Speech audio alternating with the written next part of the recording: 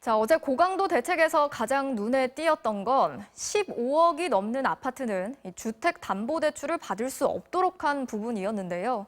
자, 그런데 여전히 15억이 넘는 집에 이른바 갭 투자를 할 수 있는 허점이 있었던 사실이 하루 만에 드러났습니다. 정부가 부랴부랴 대책을 마련했습니다. 이어서 이준희 기자가 취재했습니다.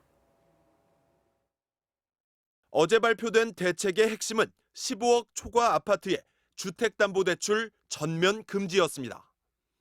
15억 이상이 되면은 대출이 바로 0이 됩니다. 0이 되거든요. 그런데 대출이 다 막힌 것이 아니었습니다. 집을 사기 위한 주담대는 막혔지만 전세보증금을 반환하는 목적의 주담대는 허용됐기 때문입니다. 세입자 보호를 위한 전세보증금 반환 대출은 생활 안정자금으로 분류돼 주택담보대출 금지 대상에서 빠진 겁니다. 문제는 이런 대출이 정부가 그렇게 막겠다던 갭 투자에 활용될 수 있다는 점입니다. 가령 16억 원짜리 집에 10억 원 전세가 껴있다면 우선 6억 원을 내고 집을 삽니다.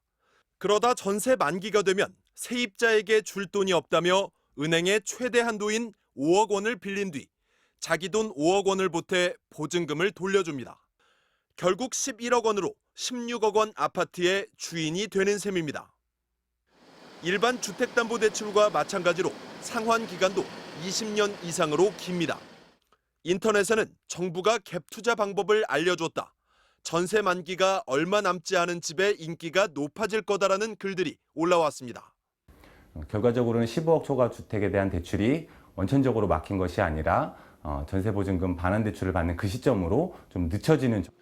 문제가 있다는 지적이 이어지자 정부는 대책 발표 29시간 만인 오늘 오후 전세보증금 반환 목적의 주택담보대출도 내일부터 금지하겠다고 밝혔지만 정책에 큰 구멍이 있었다는 비판은 피하기 어렵게 됐습니다. MBC 뉴스 이준입니다.